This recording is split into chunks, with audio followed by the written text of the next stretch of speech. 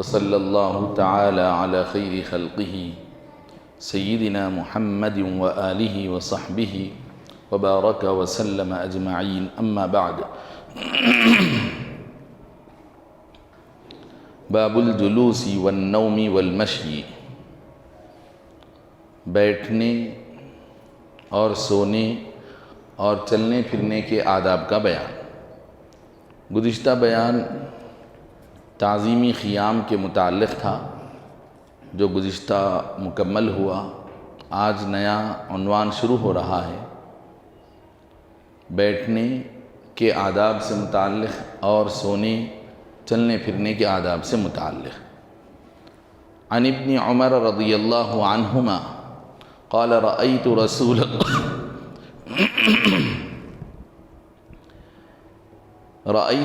اللہ صلی اللہ علیہ وسلم بفناء الكعبة محتبیا بیدیہ، رواہ البخاری۔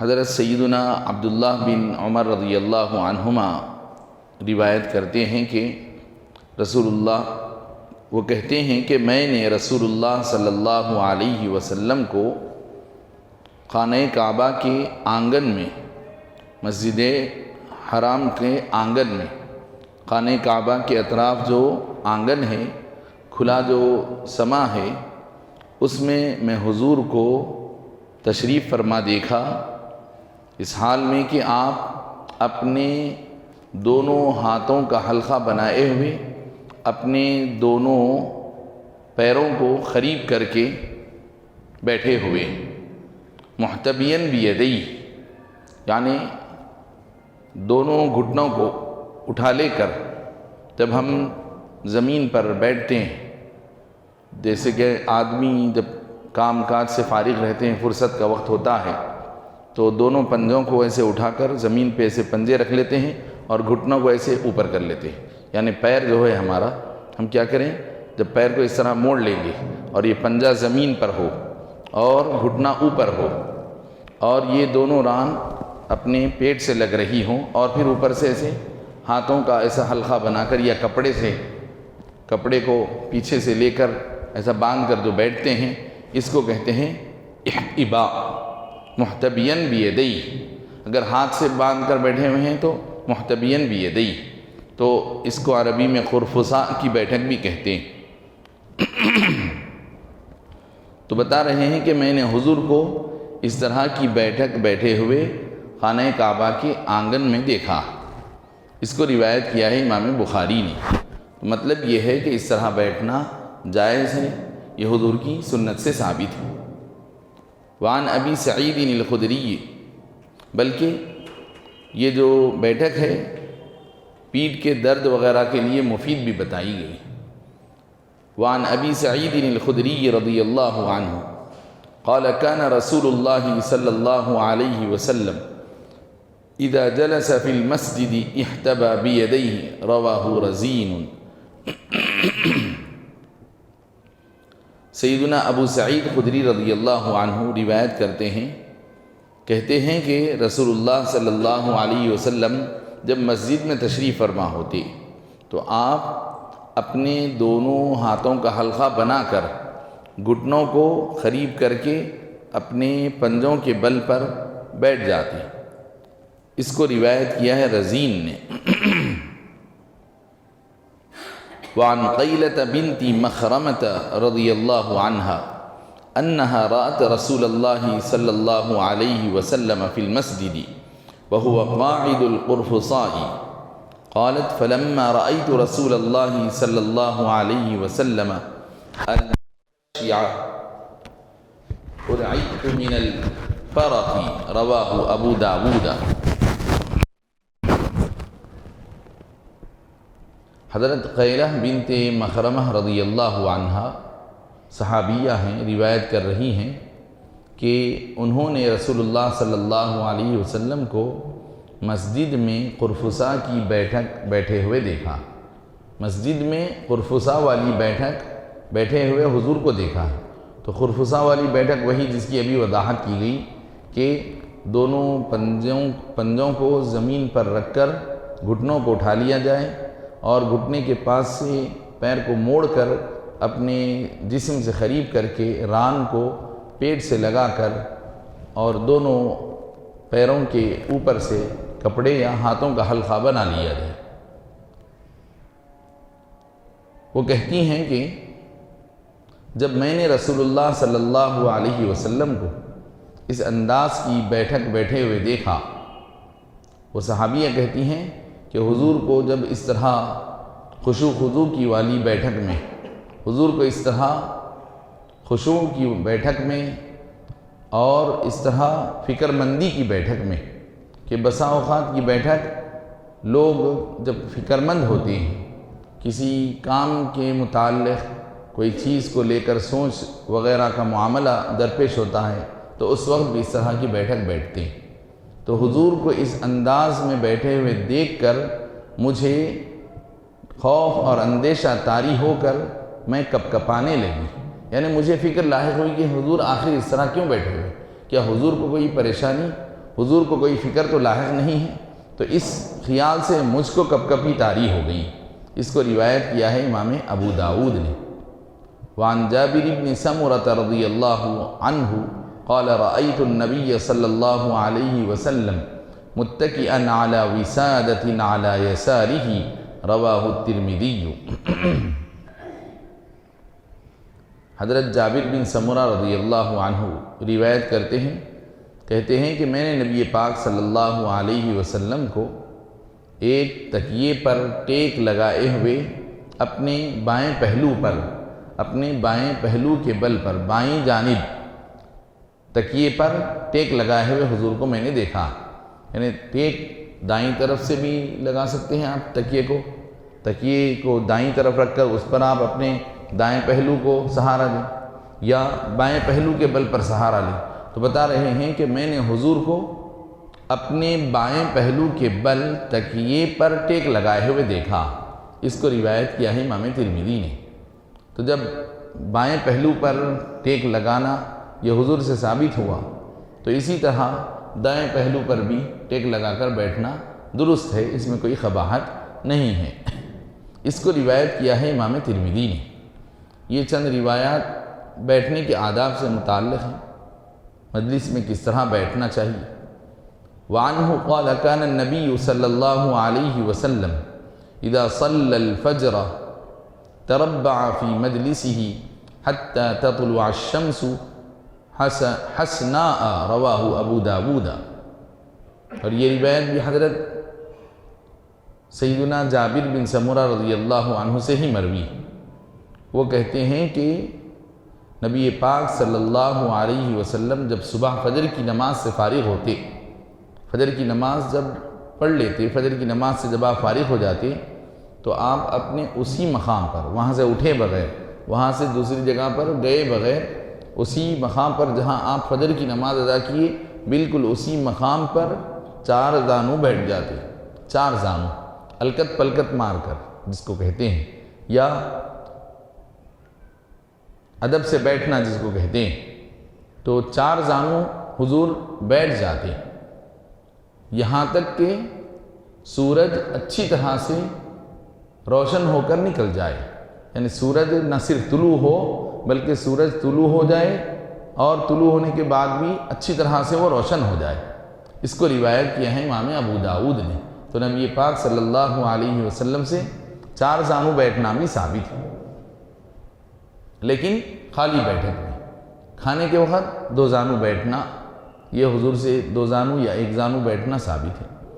البتہ عام بیٹھک خالی بیٹھے ہوئے، کسی سے بات چیت کرتے ہوئے، گفتگو کرتے ہوئے، کسی سے ملاقات کے موقع پر 4 زانو بیٹھنا کوئی حرج کی بات نہیں ہے، اس کے اندر 4 زانو بیٹھنا حضور سے ثابت ہے۔ تو حضور پاک علیہ الصلوۃ والسلام فجر کی نماز سے فارغ ہونے کے بعد اشراق کا وقت آنے تک، جو بیچ میں جو مکروہ وقت ہوتا ہے جس میں نماز نہیں پڑھی جا سکتی، تو اتنا وقت چونکہ عبادت کا بھی نہیں ہے، بس وہ خالی وقت ہوتا ہے، تو حضور پاک علیہ الصلوۃ والسلام 4 زانو بیٹھ جاتے اور اس دوران مختلف صحابہ کرام کے احوال و قوائب دریافت فرماتے، ان کی خیر خیریت لیتے، اور اگر کسی کا کوئی سوال ہوتا تو ان کے سوال کا جواب دیتے، اور اگر کوئی خواب دیکھے ہوں رات میں تو ان کے خواب کی تعبیر بیان فرماتے۔ پھر جب اشراق کا وقت ہوتا، سورج طلوع ہو جاتا، سورج طلوع ہو کر جب اچھی طرح سے روشن ہو جاتا، اشراق کا وقت جب آ جاتا تو حضور پاک علیہ الصلاۃ والسلام اشراق کی نماز کے لیے اٹھ کھڑے ہو جاتے۔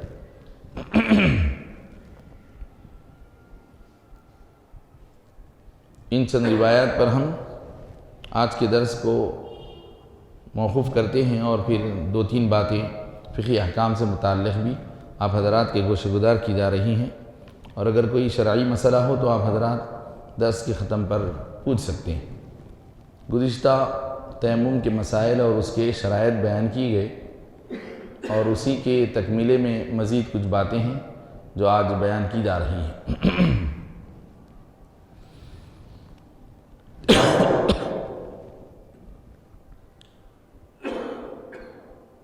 وَرُكْنَاهُ مَسْحُ الْيَدَيْنِ وَالْوَجْهِ وَسُنَنُ التَّيَمُّمِ سَبْعَةٌ التَّسْمِيَةُ فِي أَوَّلِهِ وَالتَّرْتِيبُ وَالْمُوَالَاةُ وَإِقْبَالُ الْيَدَيْنِ بَعْدَ وَضْعِهِمَا فِي التُّرَابِ وَإِدْبَارُهُمَا وَنَفْضُهُمَا وَتَفْرِيدُ الْأَصَابِعِ۔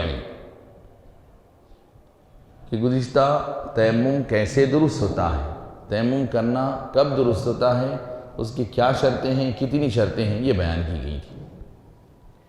اب اس کے بعد بتا رہے ہیں کہ وشروط وجوبہ کما ذکر فی الوضوء، کہ تیمم کے واجب ہونے کی شرطیں وہی ہیں جو تیمم کے بیان، وضو کے بیان میں گزری۔ تیمم کب واجب ہوتا ہے، تیمم واجب کب ہوتا ہے، اس کی شرائط کیا ہیں، یہ جو ہم پڑھ رہے تھے تیمم کے درست ہونے کی شرائط تھی کہ پانی کا نہ ملنا یا کوئی عذر شرعی کا پایا جانا، اور مٹی کے اوپر 2 مرتبہ ہاتھ مارنا، یہ سب تیمم کے درست ہونے کی شرائط تھی۔ لیکن آخر تیمم کرنا واجب کب ہوتا، اس کے کیا شرطیں ہیں، تو بتا رہے ہیں کہ اس کے وہی شرطیں ہیں جو وضو کے شرائط ہیں۔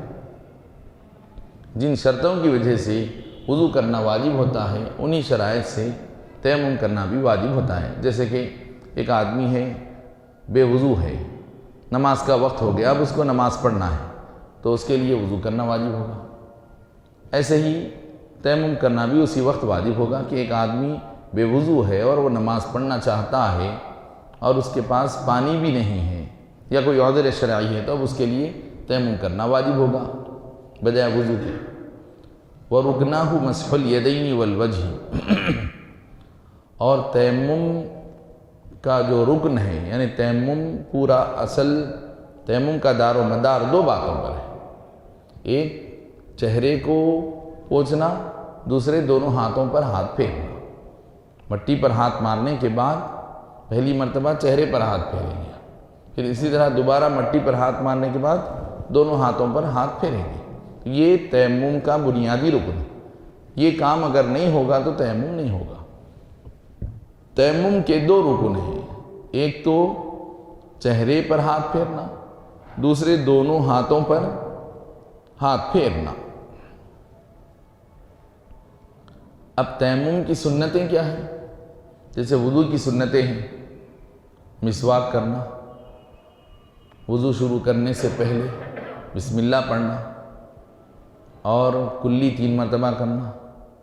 جو جسم کا جو عضو بھی آپ دھو رہے ہیں اس کو بجائے 1 مرتبہ کے 3 مرتبہ دھوتے جانا، یہ وضو کی سنتیں ہیں۔ تو جیسے وضو میں کچھ سنتیں ہیں، مسواک کرنا، بسم اللہ کا پڑھنا، یہ جیسے سنت ہیں، اسی طرح تیمم کی کچھ سنتیں ہیں، وہ 7 سنتیں ہیں۔ تو بتا رہے ہیں التسمیۃ فی اولہ، تیمم کی پہلی سنت اس کے آغاز میں بسم اللہ کا پڑھنا، یعنی تیمم شروع کرنے سے پہلے جو ہی آپ تیمم کرنے کا ارادہ کیے بسم اللہ پہلے پڑھ لیں، اور تیمم بھی ترتیب سے کریں، جیسے وضو ترتیب سے کرتے ہیں ہم، کہ وضو میں ہم کلی پہلے کرتے ہیں، پھر ناک میں پانی چڑھاتے ہیں، پھر اس کے بعد چہرہ دھوتے ہیں، پھر ہاتھ دھوتے ہیں، پھر سر کا مسح کرتے ہیں، پھر پیر دھوتے ہیں۔ یہ سنت ہے وضو میں۔ اگر کوئی اس کا الٹا کرتا ہے، آگے پیچھے کر دیتا ہے، تو یہ بار بار یہ بات سمجھائی گئی کہ وضو تو ہو جاتا ہے لیکن سنت چھوٹ جاتی ہے۔ اسی طرح وضو میں اگر کوئی شخص بجائے چہرہ پہلے دھونے کے پیر پہلے دھو لیا، پھر سر کا مسح کیا، اوپر نیچے کر دیا، تب بھی وضو تو ہو جائے گا، اس کا صرف سنت رہ جائے گی۔ تو جیسے وضو میں ترتیب سنت ہے، تیمم میں بھی ترتیب کا خیال رکھیں آپ۔ جیسے وضو میں چہرہ پہلے دھوتے ہیں، پھر دونوں ہاتھ کونیوں تک بعد میں دھوتے ہیں، پہلے چہرے کا نمبر، بعد میں دونوں ہاتھ کونیوں سمیت کا نمبر۔ لیکن اس کے برخلاف اگر کوئی پہلے دونوں ہاتھ دھو لیے اور بعد میں چہرہ دھویا، وضو تو ہو جائے گا لیکن سنت چھوٹ جائے گی، ثواب سے محروم ہو جائے گا۔ یہی معاملہ تیمم میں بھی ہے کہ تیمم بھی ترتیب کے ساتھ کرنا سنت ہے، یعنی پہلے جب آپ مٹی پر ہاتھ ماریں گے تو وہ پہلی مرتبہ کے مٹی پر مارے ہوئے ہاتھوں کو پہلی مرتبہ آپ چہرے پر پھیریں، پھر دوبارہ جب ہاتھ مٹی پر ماریں گے تو ان کو آپ ہاتھوں کے لیے استعمال کریں، یہ سنت ہے۔ لیکن اگر کوئی اس کے برخلاف پہلی مرتبہ ہاتھ مار کر ہاتھوں پر ہی پھیر لیا اور دوسری مرتبہ کے ہاتھ مار کر چہرے پر پھیرتا ہے تو خلاف سنت ہوگا، لیکن تیمم درست ہو جائے گا۔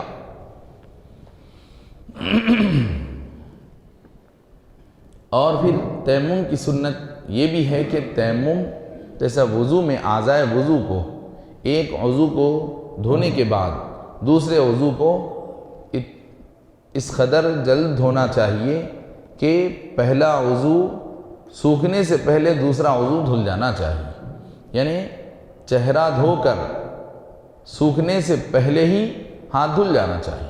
چہرہ دھو کر آپ اتنا وقفہ دے رہے ہیں کہ آپ چہرے کا پانی سوکھ جا رہا ہے، پھر اس کے بعد ہاتھ دھو رہے ہیں، پھر ہاتھ دھونے کے بعد اتنا گیپ دے کر آپ سر کا مسح کر رہے ہیں کہ ہاتھوں کا پانی سوکھ گیا، اس کے بعد آپ مسح کر رہے ہیں، تو یہ خلاف سنت ہوگا۔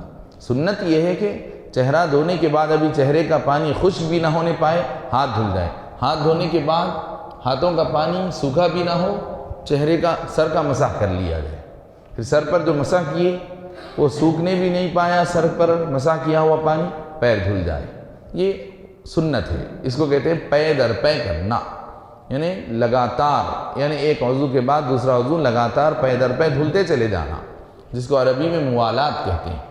تو موالات سنت ہے، جیسے موالات وضو میں سنت ہے ایسے ہی تیمم میں بھی سنت ہے۔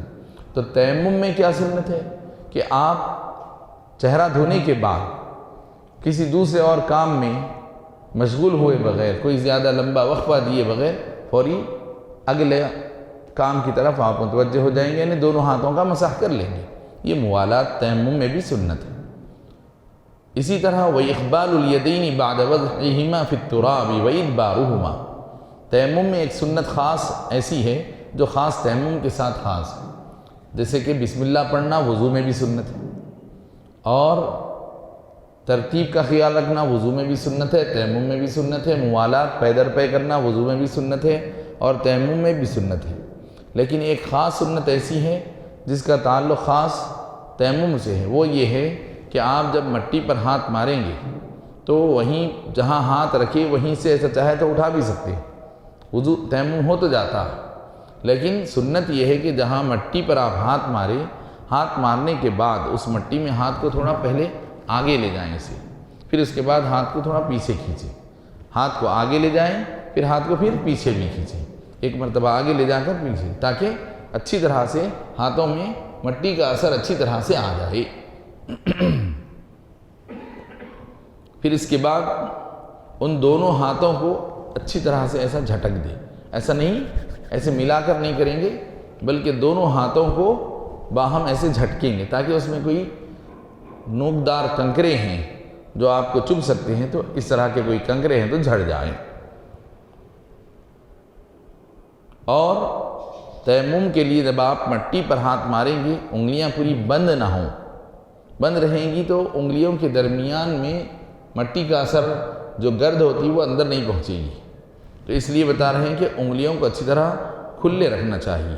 جب آپ تیمم کے لیے مٹی پر ہاتھ ماریں گے تو انگلیوں کو کشادہ رکھ کر انگلیوں کے درمیان ساندھ اچھی ہونی چاہیے، اچھی طرح سے انگلیوں کو کھلا رکھنا چاہیے، اس کے بعد مٹی پر ہاتھ ماریں گے، ہاتھ مار کر ہاتھ کو آگے کریں گے، پھر پیچھے کھینچیں گے۔ تو یہ تیمم کی سنتیں ہیں۔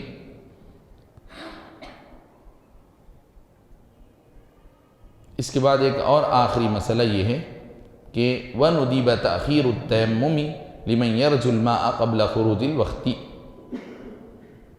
بتا رہے ہیں کہ اگر کسی آدمی کو جو وضو کرنا چاہتا تھا لیکن پانی نہیں ہے اس کے پاس، پانی نہیں ہونے کی وجہ سے یعنی ڈھونڈنے کے باوجود پانی نہیں ملا، تب اس کے لیے تیمم کر کے نماز پڑھنا جائز تو ہے۔ ابھی جس وقت بھی جب بھی وہ نماز پڑھنے کا ارادہ کیا اس وقت پانی کو تلاش کیا، پانی نہیں ملا، پانی جو ہی نہیں ملا، اب وہ وضو تیمم کر کے نماز پڑھ تو لے سکتا ہے، لیکن اگر اس کو کچھ وقت کے بعد پانی ملنے کا امکان اگر ہے، کچھ وقت گزرنے کے بعد پانی کے ملنے کی اگر امید ہے، تو ایسے آدمی کے لیے کچھ دیر تیمم کو روک کر پانی کے ملنے کا انتظار کرنا چاہیے، بشرطے کہ اس انتظار میں نماز کا وقت نہ نکل جائے۔ یعنی نماز کے وقت میں اتنی گنجائش ہے کہ آپ پانی کا انتظار کر سکتے ہیں، تو پھر آپ پانی کا انتظار کیجیے، اتنا انتظار کیجیے کہ نماز کا بالکل اخیر وقت آ جائے۔ اگر اب اخیر وقت آ گیا، بالکل اب اتنا وقت تنگ ہو گیا کہ اب اس میں آپ اپنی سنتیں اور فرض پڑھے اتنا ہی رہ گیا، تو اب اس کے بعد انتظار کی ضرورت نہیں ہے، تیمم کر لیجیے اور نماز پڑھ لیجیے۔ وصلی اللہ تعالی علی خیر خلقہ سیدنا محمد وآلہ وصحبہ وبارک وسلم اجمعین۔ الحمد للہ رب العالمین، والصلاة والسلام على سید الانبیاء والمرسلین وعلى آلہ وصحبہ اجمعین۔ ربنا تقبل منا انك انت السمیع العلیم وتب علینا انك انت التواب الرحیم۔ اللهم اعنا على ذکرک وشکرک وحسن عبادتک۔ اللهم انا نسألك موجبات رحمتک وعزائم مغفرتک والعزيمة على الرشد والغنيمة من كل بر والسلامة من كل إثم والفوز بالجنة والنجاة من النار۔ وصلى الله تعالى على خير خلقه سيدنا محمد وآله وصحبه وبارك وسلم أجمعين، والحمد لله رب العالمين۔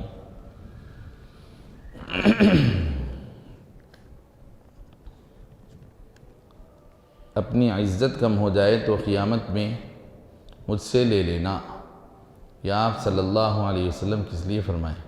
کہ یہ الفاظ کسی حدیث میں آئے ہیں؟ ممکن ہے کسی موقع پر حضور پاک علیہ السلام کسی بات کی ترغیب کے لیے فرمائے ہوں۔ اگر پورا واقعہ اگر آپ کے ذہن میں ہو تو اس کو آپ لکھیے انشاءاللہ، پھر دیکھیں گے انشاءاللہ۔ تو ہو سکتا ہے کہ اس طرح کا کوئی موقع ترغیب وغیرہ کے لیے حضور پاک علیہ السلام کوئی کام کی ترغیب کے موقع پر یا کسی کو کوئی چیز کی حقیقت بتا رہے تھے ہوں، تو اس موقع پر سامنے والوں کو یقین دہانی کے لیے حضور نے یہ انداز اپنایا ہو۔ سبحان اللہ وبحمدہ، سبحانک اللہم وبحمدک، اشہد ان لا الہ الا انت، استغفرک واتوب الیک۔